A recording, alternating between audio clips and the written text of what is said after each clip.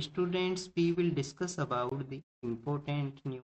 First news is regarding the digital arrest के जो cases हैं उनके पर्सपेक्टिव से है। सुप्रीम कोर्ट के द्वारा central bureau of investigation CBI को डायरेक्शन है वो इशू किया गया कि ऑल इंडिया बेसिस के ऊपर डिजिटल अरेस्ट के जो केसेज हैं उनकी रिगार्डिंग इन्वेस्टिगेशन है उसको कैरी आउट किया।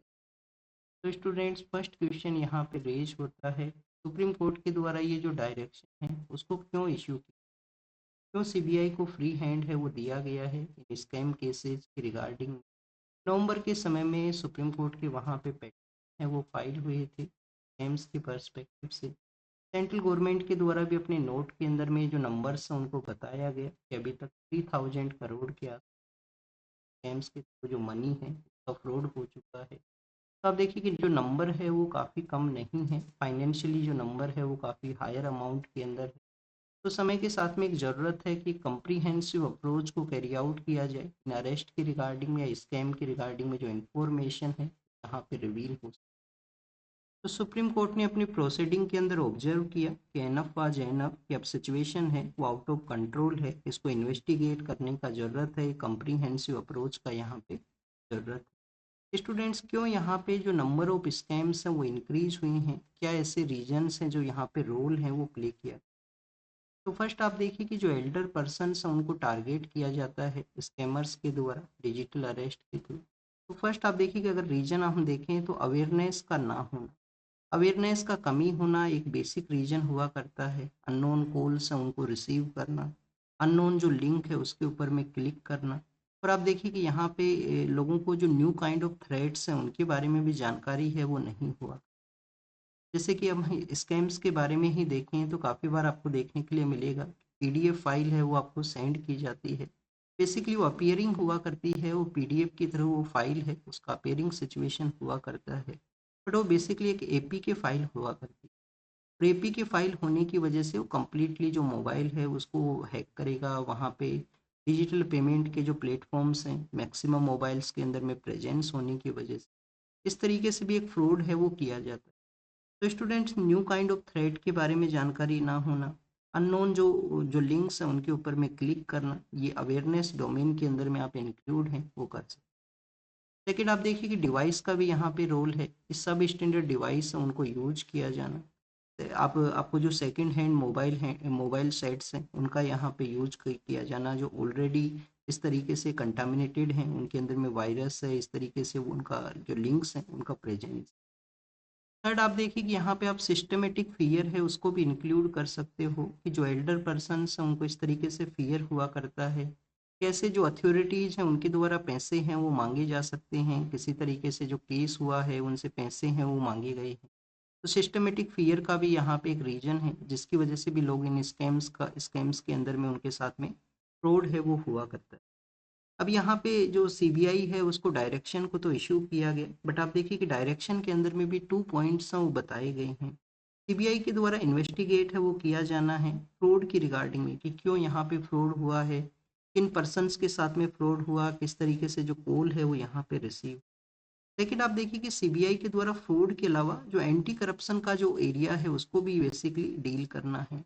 एंटी करप्शन के एरिया को किसके रिगार्डिंग में डील करना है, जो स्पेशली जो बैंक्स हैं उनके रोल के पर्सपेक्टिव से, कि किसी भी फ्रॉड करने वाले पर्सन को किस तरीके से ये इंफॉर्मेशन है कि उस पर्सन के बैंक अकाउंट के अंदर में इतना अमाउंट ऑफ मनी है या लार्जर नंबर के अंदर में उनके पास में पैसा है उसका प्रेजेंस है। तब देखिए कि जो बैंक्स का रोल है स्पेशली जो म्यूल अकाउंट्स हैं उनका लिंकेज है साइबर क्राइम के साथ में, तो उनको भी क्रैक डाउन करने का ज़रूरत है, उनके रिगार्डिंग में भी एंटी करप्शन का जो ड्राइव है उसको कैरी आउट किया जाए। कुछ ऐसे भी केसेस सामने आए हैं इसी फ्रॉड स्कैम के रिगार्डिंग में, जो बैंक के जो एम्प्लॉय हैं जिनके पास में इंफॉर्मेशन होता है अकाउंट के अंदर में इतना अमाउंट ऑफ मनी है, तो आप देखिए कि जो लार्जर अमाउंट ऑफ मनी होता है उनको टारगेट है वो किया जाता है। सीनियर सिटीजन है, एल्डर पर्सन है, उनको यहाँ पे मेजरली वल्नरेबल कैटेगरी के अंदर में वो इंक्लूड हैं वो किया करते हैं। हमारी यूपीएससी एग्जाम के पर्सपेक्टिव से ये तो आपको जीएस पेपर थर्ड की रिगार्डिंग में जानकारी होना चाहिए डिजिटल स्कैम्स के रिगार्डिंग में, क्योंकि साइबर फ्रॉड के पर्सपेक्टिव से क्वेश्चन आपसे पूछे जा सकते हैं।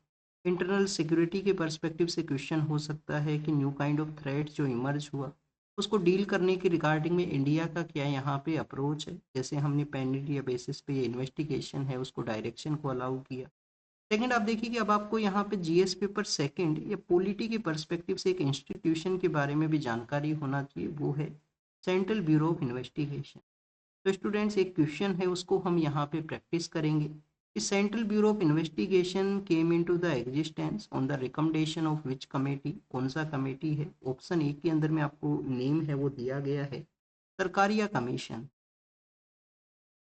सरकारिया कमीशन आपको ऑप्शन ए के अंदर में दिया गया है। ऑप्शन बी के अंदर में आपको मेंशन कर दिया गया उंची कमीशन, उंची कमीशन है। ऑपरेशन सॉरी ऑप्शन सी के अंदर में आपको मेंशन कर दिया गया कि सुब्रमण्यम कमेटी, ये सुब्रमण्य कमेटी। और ऑप्शन डी के अंदर में आपको मेंशन है कि संथानम कमेटी, संथानम कमेटी। तो इस क्वेश्चन को आप कमेंट सेक्शन के अंदर बताना क्या यहाँ पे राइट आंसर है वो हो सकता है। सीबीआई आप देखिए कि जब भी सीबीआई के द्वारा इन्वेस्टिगेशन किया जाता है स्टेट्स के वहाँ पे, और यहाँ पे पैन इंडिया का जो डायरेक्शन को इश्यू किया गया, तो सीबीआई को जो स्टेट्स का जो कंसेंट है उसका रिक्वायरमेंट है वो हुआ करता है।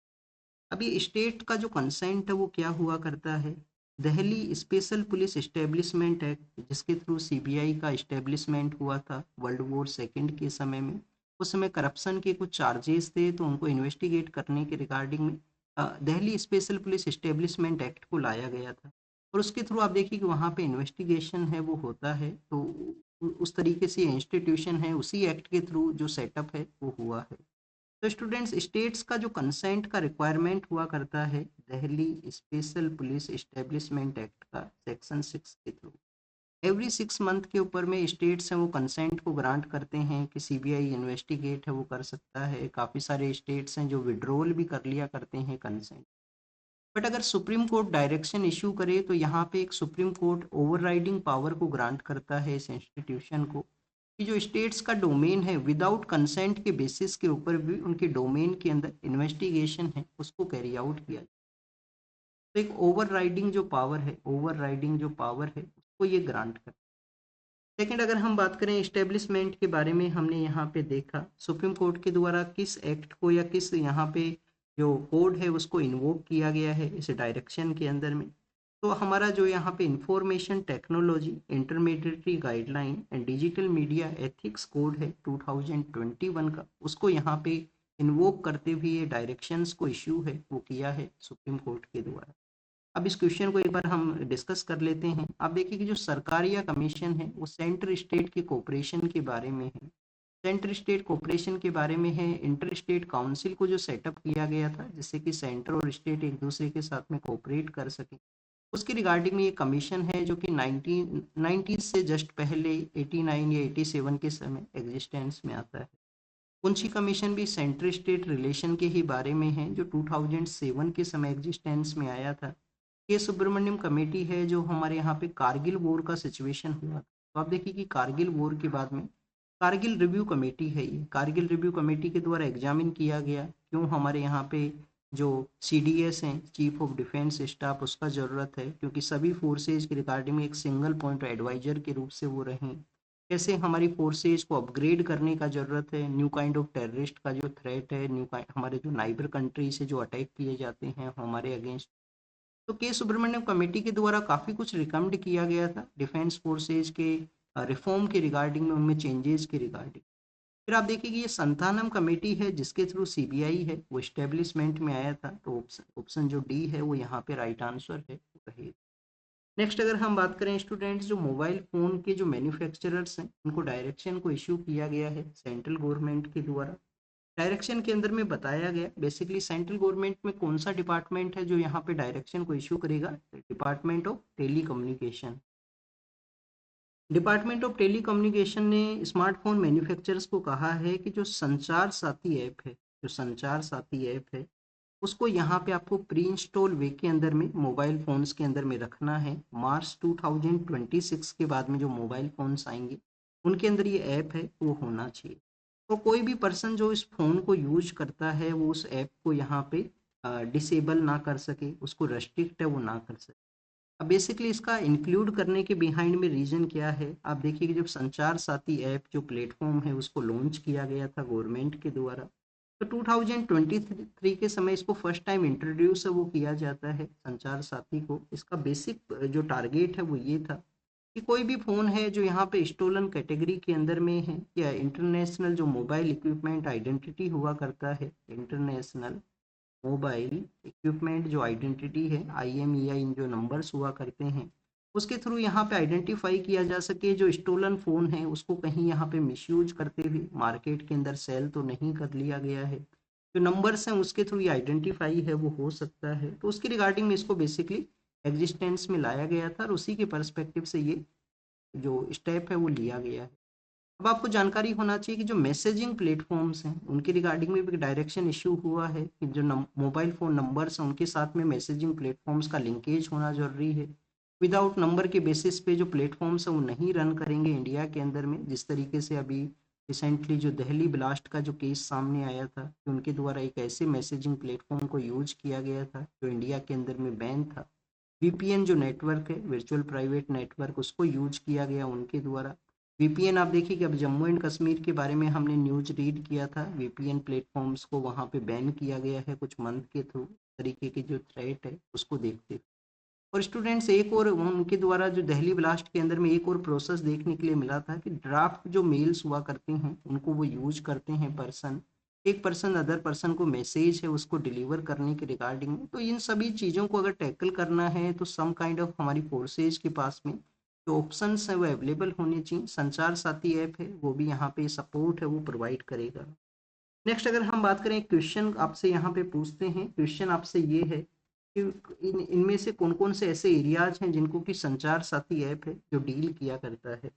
फर्स्ट आप देखिए कि आपको यहाँ पे ऑप्शन है वो दे दिया गया कि फ़ोन है उसको, स्टोलन फ़ोन है उसको डिसेबल करने के अंदर में क्या संचार, स्टोलन जो फ़ोन है, स्टोलन फ़ोन को डिसेबल करने के रिगार्डिंग में क्या ये ऐप यहाँ पे काम करता है। सेकंड आप देखिए कि जो फ्रॉड कॉल्स हैं, जो स्कैम कॉल्स हैं उनको रिपोर्ट करने के रिगार्डिंग में, स्कैम कॉल्स को रिपोर्ट करने के पर्सपेक्टिव से।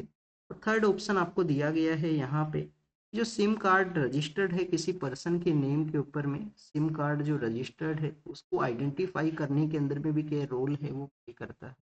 तो स्टूडेंट्स ऑप्शंस दे दिए गए, क्या वन करेक्ट है, टू करेक्ट है, या ऑल थ्री करेक्ट है। तो आप देखिए ऑल थ्री ऑप्शंस हैं वो करेक्ट हैं। स्टोलन फ़ोन को भी डिसेबल करने के अंदर में रोल प्ले करता है, स्कैम कॉल्स हैं उनको रिपोर्ट करने में हेल्प प्ले करता है, और आप देखिए कि इस जो सिम कार्ड किसी पर्सन के नाम पे रजिस्टर्ड है उसमें भी ये सपोर्ट है वो प्रोवाइड करता है। अभी तक 50,000 के आसपास फ़ोन हैं जो रिकवर हो चुके हैं इस संचार साथी ऐप के थ्रू, जो स्टोलन सिचुएशन में थे उनको रिपोर्ट करने के बाद में। नेक्स्ट अगर हम बात करें स्टूडेंट्स, मसाला बॉन्ड के रिगार्डिंग में है, एनफोर्समेंट डायरेक्टरेट के द्वारा केरल के जो CM हैं उनको यहाँ पे डायरेक्शन को इशू किया, सॉरी नोटिस को इशू किया गया है कि मसाला बॉन्ड जो कि केरल गवर्नमेंट के द्वारा इशू किया गया था लंदन स्टॉक एक्सचेंज के अंदर में, लंदन स्टॉक एक्सचेंज में, और आप देखिए कि सिंगापुर का जो स्टॉक एक्सचेंज है वहाँ पे, अब उसके थ्रू जो मनी रिसीव हुआ, मनी को जो लैंड है जो रियल इस्टेट है उसके रिगार्डिंग में यूज किया गया है। तो बेसिकली जो प्रोहिबिटेड एरिया, केरल गवर्नमेंट का स्टैंड है वो क्या है कि जो RBI का जो डायरेक्शन है उसी के बेसिस पे उन्होंने ये बॉन्ड है उसको इश्यू किया, और आप देखिए कि उसके बाद में उन्होंने जो जो डायरेक्शन है उसी के अकॉर्डिंग में वर्क है उसको कैरी आउट है वो किया है। तो स्टूडेंट्स फर्स्ट ऑफ ऑल आपको मसाला बॉन्ड के बारे में जानकारी है वो होना चाहिए कि मसाला बॉन्ड है वो क्या है। मसाला बॉन्ड बेसिकली एक इंस्ट्रूमेंट है जो जो कॉरपोरेट्स के द्वारा टिपिकली वे के अंदर में यूज है वो किया जाता है। इनिशियली कॉरपोरेट्स इसको यूज किया करते थे। एक इंस्ट्रूमेंट है फॉर राइजिंग रूपी डोमिनेटेड जो रिसोर्सेज हैं, या एक्स्ट्रा कॉमर्शियल बोरिंग के थ्रू आप यहाँ पे रूपी डोमिनेटेड जो रिसोर्सेज के थ्रू जो पैसा है उसको रेज करते हो, ये उसी उसी को ही आप यहाँ पे मसाला बॉन्ड के रूप से कैटेगराइज है वो किया करते। एक्सटर्नल कॉमर्शियल बोरोइंग के बारे में क्या स्टेट्स हैं उनको पावर हुआ करती है, तो आप देखिए आर्टिकल जो 293 है, आर्टिकल 293 है वो बताता है कि स्टेट्स हैं जो आउटसाइड एरिया से जो एक्स्ट्रा कॉमर्शियल बोरोइंग है उसको नहीं कैरी आउट कर सकते, उनको रेस्ट्रिक्ट है वो किया गया है। कुछ कंडीशंस ऐसा है जब सेंट्रल गवर्नमेंट अलाउ करे तो वो यहाँ पे एक्स्ट्रा कॉमर्शियल बोरोइंग के थ्रू बाहर से जो पैसा है उसको कैरी आउट है वो कर सकते हैं। 15th फाइनेंस कमीशन ने रिकमेंड किया था कि 3% ऑफ स्टेट जो ग्रोस स्टेट जो यहाँ पे जीडीपी है, तो उसके रिगार्डिंग में आप देखिए कि जो 3% का जो यहाँ पे जो पैसा है वो एक्स्ट्रा कॉमर्शियल बोरोइंग के थ्रू स्टेट्स हैं वो ला सकते हैं। पार्लियामेंट का जो बोरोइंग है एक्सटर्नल वेज के थ्रू, उसको हम किस आर्टिकल के थ्रू डील करते हैं, आर्टिकल 292। 290 थ्रू किसके रिगार्डिंग में है, स्टेट्स के रिगार्डिंग में, जो कि रेस्ट्रिक्ट करता है कि इंटरनली डोमेस्टिक वे के अंदर के थ्रू ही वो यहाँ पे जो पैसा है उसको रेज है वो कर सकते हैं। नेक्स्ट आप देखिए कि विंटर सेशन है, पार्लियामेंट के विंटर सेशन के दौरान में गवर्नमेंट के द्वारा बिल्स उनको प्रपोज किया गया है। एक तो पान मसाला सेस के रिगार्डिंग में है, जो कंपनसेशन प्रोवाइड किया जाता था उस कंपनसेशन को डिसकंटिन्यूस है वो किया जा सकता है। जब 2017 के समय जीएसटी है वो इस्टेब्लिशमेंट में आया था, तो अगर स्टेट्स को प्रॉपर पैसा है वो नहीं मिलता है तो उनको कंपनसेशन का एक प्रोसेस हुआ करता था। अब आप देखिए कि जो यहाँ पे कोविड के बाद में भी वो कंटिन्यूस रखा गया, इनिशियली ये 5 ईयर के लिए था, अब इसको यहाँ पे डिसकंटिन्यू है वो किया जा सकता है। सेकंड आप देखिए कि टोबाको के जो प्रोडक्ट्स हैं, पान मसाला के ऊपर जो सेस है उसके रिगार्डिंग में ये बिल है वो एग्जिस्टेंस में आया है कि उनके ऊपर में जो हायर एक्साइज ड्यूटीज हैं उनको लगाया जाए। और मणिपुर के रिगार्डिंग में भी जो यहाँ पे बिल है वो पास हुआ है। मणिपुर में आप देखिए कि अभी प्रेजेंटली जो गवर्नमेंट एग्जिस्ट नहीं किया करती है, तो जो पार्लियामेंट है वही डिसीजंस लिया करता है प्रेसिडेंट रूल के समय। तो बेसिकली उसका जो जीएसटी बिल है वो भी यहाँ पे पास है वो किया गया। अब यूपीएससी एग्जाम के पर्सपेक्टिव से क्या बेसिक इन्फॉर्मेशन है वो आपको होना चाहिए, टोबाको के बारे में मेंशन किया गया है। तो टोबाको बोर्ड के बारे में एक बार हम यहाँ पे रीड करेंगे। आप देखिए कि हमारी कंट्री के अंदर में टोबाको का जो प्रोडक्शन है, टोबाको का जो प्रोडक्शन है, इंडिया सेकंड लार्जेस्ट कंट्री है। इंडिया का जो रैंक है वो क्या है, सेकंड लार्जेस्ट कंट्री है। नंबर के ऊपर में है हम यहाँ पे प्रोडक्शन के ऊपर में। फर्स्ट पे कौन है स्टूडेंट, चाइना फर्स्ट के ऊपर में है। क्या ऐसे क्वेश्चंस यूपीएससी आपसे पूछता है? यस स्टूडेंट्स, क्वेश्चन आपसे 2019 का प्रीलिम्स में पूछ लिया गया था राइस के रिगार्डिंग। हो सके टोबाको अगर कंटिन्यूस न्यूज में रहे तो क्वेश्चन आपसे पूछ लिया जाए कि टोबाको प्रोडक्शन के अंदर में जो लीडिंग है, जो टॉप कंट्री है वो कौन सा है। लेकिन आप देखिए कि टोबाको के रिगार्डिंग में एक बोर्ड है उसको भी सेटअप किया गया था। बोर्ड कब सेटअप हुआ, 1975 का एक्ट है जिसके थ्रू 1976 के समय, 1 जनवरी 1976 के समय एक्ट ऑफ पार्लियामेंट के थ्रू जो टोबाको बोर्ड है वो सेटअप होता है। टोबाको बोर्ड है वो सेटअप होता है। कहाँ पे है टोबाको बोर्ड का जो हेडक्वार्टर, टोबाको बोर्ड का हेडक्वार्टर है आंध्र प्रदेश के अंदर में गुंटूर का जो एरिया है, आंध्र प्रदेश के अंदर में गुंटूर का जो एरिया है वहाँ पे इसका हेडक्वार्टर है। टॉप हमारा स्टेट है वो कौन है, टॉप हमारा स्टेट है गुजरात, जहाँ पे लार्जर लेवल के ऊपर में टोबाको का जो प्रोडक्शन है वो आपको मिलेगा कि टोबाको का जो लार्जेस्ट प्रोडक्शन है वो क्या है। नेक्स्ट आप देखिए कि आईआईपी इंडेक्स के बारे में है, इंडेक्स ऑफ इंडस्ट्रियल प्रोडक्शन के पर्सपेक्टिव से। तो इसमें जो जो प्रोडक्शन के जो नंबर्स हैं वो डिक्लाइनिंग सिचुएशन में देखने के लिए मिले। 14 मंथ के लो सिचुएशन में ये नंबर्स हैं वो ऑब्जर्व हुए। एवरी सेक्टर के अंदर में यहाँ पे जो डिक्लाइन है वो ऑब्जर्व किया गया है, चाहे वो मैन्युफैक्चरिंग का सेक्टर हो या कोई अदर सेक्टर्स हो। बट आप देखिए कि कुछ ऐसे भी सेक्टर्स हैं जिसमें लिटिल बिट इम्प्रूवमेंट है, बट इम्प्रूवमेंट इस तरीके से नहीं है कि यहाँ पे ओवरऑल ग्रोथ है उसका इम्प्रूवमेंट है वो हो सके। 40% का जो वेटेज है आईआईपी इंडेक्स के अंदर में कौन कैरी आउट करता है, 8 हमारे यहाँ पे कोर इंडस्ट्री हैं। तो जो 8 कोर इंडस्ट्रीज हैं उनको 40 पॉइंट कुछ वेटेज है वो दिया गया है।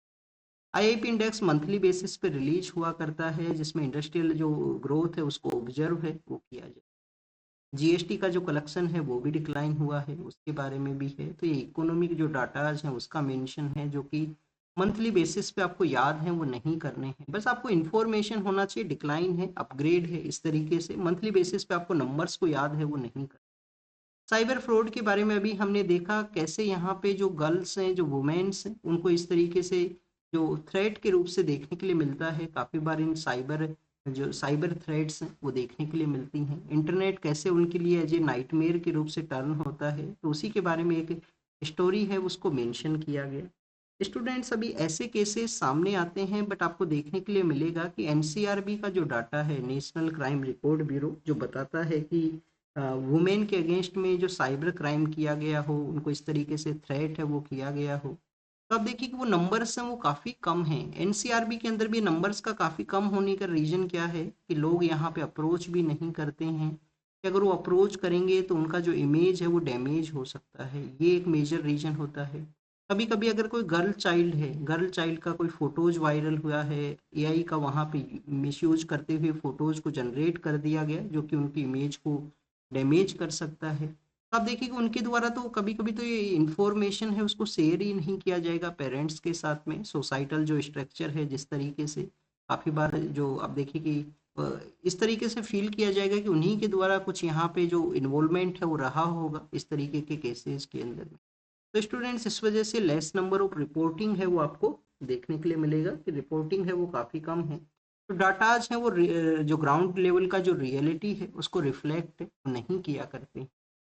नेक्स्ट अगर हम बात करें स्टूडेंट्स वेनेजुएला एंड यूएसए के पर्सपेक्टिव से है। वेनेजुएला आप देखिए कि लैटिन अमेरिका का कंट्री है, तो वार के जो क्लाउड्स हैं वो यहाँ पे देखने के लिए मिले हैं कि आने वाले समय में यूएस और वेनेजुएला का कोई कन्फ्लिक्ट है वो भी हो सकता है। यूएस के प्रेसिडेंट जो कंटिन्यूस पीस नेगोशिएटर के रूप से अपने इमेज है उसको सेटअप किए थे, बट आप देखिए कि वॉर थ्रेट जो है वो देखने के लिए मिला है। यूएस फोर्सेज ने नियर बाई वेनेजुएला का जो टेरिटरी है वहाँ पे कुछ ड्रग ट्रैफिकिंग है उसके रिगार्डिंग में जो अटैक्स हैं वो भी किए हैं, चाहे वो पैसिफिक का वाटर एरिया हो या आप देखिए कि कैरेबियन जो सी है उसका वाटर एरिया हो वहाँ पे। इससे पहले हमने चाइना और जापान के रिगार्डिंग में जो कॉन्फ्लिक्ट है उसको भी देखा था, चाइना और जापान एक दूसरे के अगेंस्ट में किस तरीके से जो स्टैंड्स हैं वो लिए हैं। तो स्टूडेंट्स ये शो करता है कि अनसर्टेन जो ग्लोबल सिचुएशन है जिसमें कंट्रीज एक दूसरे के अगेंस्ट में इस तरीके से एक्शंस उनको कैरी आउट है वो करने लगे हैं। नेक्स्ट आप देखिए कि 8 अक्टूबर का जो डे है, 8 अक्टूबर का जो डे है उसको हम ऑब्जर्व किया करते हैं वर्ल्ड हैबिटाट डे के रूप से। किसके रूप से ऑब्जर्व करते हैं स्टूडेंट्स? वर्ल्ड हैबिटाट डे के रूप से। और स्टूडेंट्स यहाँ पे जो अर्बन सॉल्यूशन टू क्राइसिस नाम का जो थीम है उसके रूप से इसको सेलिब्रेट किया गया था। Urban solution for urban solution for crisis. अब आप देखिए कि 8 अक्टूबर का ये डे वर्ल्ड हैबिटाट डे के रूप से सेलिब्रेट हुआ, ये थीम रखा गया क्राइसिस में अर्बन सॉल्यूशंस को कैरी आउट किया जाएगा। हमारे यहाँ पे प्रधानमंत्री आवास योजना है, प्रधानमंत्री आवास योजना अर्बन का है, स्मार्ट सिटी मिशंस हैं, इस तरीके से काफ़ी कुछ इनिशिएटिव्स हैं, बट स्टिल हमारे यहाँ पे अर्बन एरियाज के अंदर में जो लाइफ के रिगार्डिंग में जो बेसिक कंडीशंस हैं वो सही नहीं है। कैसे सही नहीं है? पोल्यूशन कंटिन्यूस एग्जिस्ट करता है। पोल्यूशन के अलावा आपको कंटिन्यूस देखने के लिए मिलेगा हीट का सिचुएशन, अर्बन फ्लड का सिचुएशन। तो इन सब एरियाज को अगर हमें डील करना है तो कंटिन्यूस हमें आप देखिए कि यहाँ पे न्यू काइंड ऑफ अप्रोच का रिक्वायरमेंट है वो रहेगा, बेटर अर्बन प्लानिंग है उसका रिक्वायरमेंट रहेगा। और जो कार्डियोवास्कुलर जो डिजीज हैं जिस तरीके से इंक्रीज हुए हैं, हार्ट के जो केसेज इंक्रीज हुए हैं, तो उनको देखते हुए भी अर्बन प्लानिंग है वो किया जाए। PM2.5 है, PM10 है, उसका यहाँ पे जो नंबर्स हैं वो रिड्यूस हों जिससे कि ओवरऑल इस तरीके से जो हार्ट डिजीजेज हैं जिनको रिड्यूस है वो हम यहाँ पे कर सकें। तो ओवरऑल अर्बन प्लानिंग के ओवरहोल का ज़रूरत है। अभी अर्बन एरियाज के ही बारे में है वेस्ट के पर्सपेक्टिव से। बायो रिमेडिएशन का प्रोसेस है वो क्या है? बायो रिमेडिएशन बेसिकली आप देखिए कि जो restoring life through the biology, कि जो माइक्रो ऑर्गेनिज्म है, बैक्टीरिया, फंगी, एल्गी, उनको यहाँ पे यूज कर सके वेस्ट को आप देखिए कि यहाँ पे सेग्रीगेशन के रिगार्डिंग, सेग्रीगेशन के अलावा वेस्ट को आप देखिए कि डिकम्पोज है वो करने के रिगार्डिंग। बट इसका भी कुछ थ्रेट है। थ्रेट क्या है कि अगर यहाँ पे आप जेनेटिकली मॉडिफाइड माइक्रो ऑर्गेनिज्म है उसको यूज करोगे तो इकोलॉजिकल जो चैलेंज है वो क्रिएट हो सकता है। न्यू काइंड ऑफ जो यहाँ पे जो इमर्जिंग सिचुएशन है, इमर्जिंग थ्रेट है वो इंक्रीज हो सकता है जो जेनेटिकली मॉडिफाइड जो माइक्रो ऑर्गेनिज्म है उसके रिगार्डिंग। हमारे यहाँ पे अर्बनाइजेशन इंक्रीजिंग सिचुएशन में है, इंडस्ट्रियल वेस्ट वो भी इंक्रीजिंग सिचुएशन में है इंडस्ट्रियल डेवलपमेंट की वजह से। तो बायो रिमेडिएशन है वो एक बेटर ऑप्शन है वो हो सकता है वेस्ट को जो डिकम्पोज करने के रिगार्डिंग में, वेस्ट को डील करने के रिगार्डिंग में।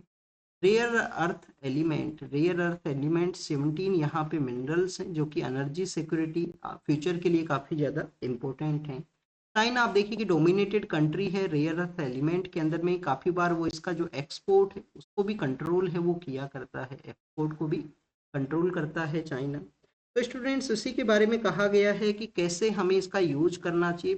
बेसिक इसका बेनिफिट क्या है कि डेंसिटी को ये इंक्रीज करता है, मेल्टिंग पॉइंट इनका हायर होता, सॉरी डेंसिटी इनका हायर होता है, मेल्टिंग पॉइंट इनका हायर होता है, और कंडक्टिविटी है वो भी हायर मिलेगा, एनर्जी सिक्योरिटी के लिए इम्पोर्टेंट है।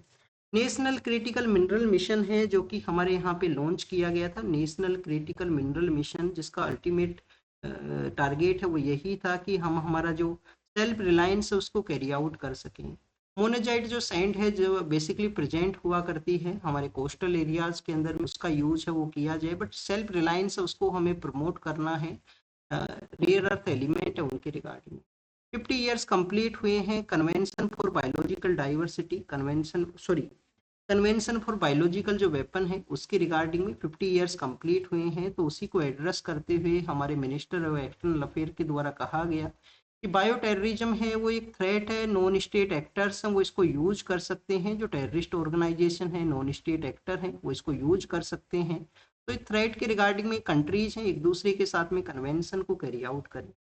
हेरोन नाम से जो आप देखिए कि MK2 जो अननेम्ड एरियल व्हीकल है जिसको प्रोक्योरमेंट है वो इंडिया करेगा आर्म्ड फोर्स के पर्सपेक्टिव से। ऑपरेशन सिंदूर के रिगार्डिंग में भी इसका जो सक्सेस है वो देखने के लिए मिला था। फिर आप देखिए कि नेक्स्ट यहाँ पे ब्रह्मोस जो जो आप देखिए कि जो ब्रह्मोस मिसाइल है उसका जो न्यू जो लॉन्च है वो कैरी आउट किया गया है, आर्मी ने उसका जो कम्बैट लॉन्च है वो कैरी आउट किया है। कोल्ड वेव का कंडीशन है वो डेवलप हो सकता है आने वाले समय में, तो क्या ऐसे फैक्टर्स हैं जो रोल प्ले करते हैं कोल्ड वेव के रिगार्डिंग में। IMD ने कहा है कि more than usual number of cold waves हैं वो रहेंगे आने वाले समय में। तो मिनिमम टेम्परेचर अगर आप देखिए कि प्लेन्स के अंदर में 10 डिग्री से लेस होता है, प्लेन एरिया के अंदर में। हिली एरिया के अंदर में अगर 0 डिग्री और उससे कम होता है यहाँ पे जो हिली एरिया के अंदर में, तो उसको कोल्ड वेव का कंडीशन है वो कहा करते हैं। एक नॉर्मल रीजन भी है 4.5 डिग्री आप देखिए कि 4.5 डिग्री से लेकर 6.4 डिग्री के आसपास अगर ड्रॉप होता है तो उसको भी कोल्ड वेव की कंडीशन में इंक्लूड है वो किया करते हैं। वेस्टर्न डिस्टर्बेंस एक रीजन है, रेन बियरिंग जो स्टॉर्म्स जो कि मेडिटेरियन सी से रेज करते हैं, तो वेस्टर्न डिस्टर्बेंस की वजह से यहाँ पे कोल्ड वेव का कंडीशन डेवलप होगा।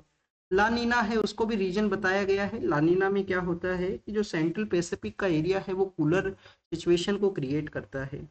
और पोलार वर्टेक्स जो कि आप देखिए कि पोलार एरिया के अंदर में कोल्ड एयर का प्रेजेंस होना, फिर वो अब एक्सटेंड करता है जब सदर्न पार्ट के लिए हिमालयाज उसको प्रोटेक्ट भी करते हैं, तो पोलार वर्टेक्स वो भी एक रीजन है कोल्ड वेव का कंडीशन होने के परस्पेक्टिव से।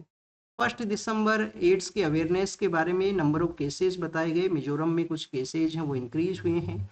फ्यूजिटिव इकोनॉमिक ऑफेंडर जो 100 करोड़ से ऊपर जो स्कैम्स करते हैं और आप देखिए कि अदर कंट्री के लिए चले जाते हैं, तो उसमें कुछ बैंक्स हैं उनका नंबर्स को मेंशन किया गया। और फार्मर्स को स्केप गोट के रूप से आप यूज नहीं कर सकते कंटिन्यूस एयर पोल्यूशन का सिचुएशन के रिगार्डिंग में। फिर आप देखिए कि लेबनान में जो सिचुएशन है, जिस तरीके से इजराइल के साथ में उनका कन्फ्लिक्ट है, तो लेबनान के वहाँ पे मैसेज डिलीवर किया है पोप के द्वारा, पीस को इस्टेब्लिश किया जा सके। होंडुरस जो कि आप देखिए कि जो कंट्री है वहाँ पे US के द्वारा बैक किया गया जो पर्सन है उसके कैंडिडेचर के बारे में है, इलेक्शन के बारे में है। पाकिस्तान के नॉर्थ वेस्टर्न एरिया के अंदर में ब्लास्ट हुआ तो उसमें बॉम्बिंग में कुछ लोगों का डेथ हुआ है। और स्टूडेंट्स जो नेक्स्ट न्यूज़ है वो इजराइल के बारे में है। इजराइल के लीडर के द्वारा कहा गया कि इजराइल का जो बेस्ट इंटरेस्ट है उसके लिए वो डिसीजन है वो लेंगे। वेनेजुएला के बारे में और बांग्लादेश के पर्सपेक्टिव से है जो कंटिन्यूस न्यूज में है। तो this is all the information related to the today's newspaper. आप इसको रीड कीजिए, रिवाइज कीजिए, जो भी इंफॉर्मेशन आपको मिला है उसको नोट डाउन कीजिए। Thank you students, thank you very much.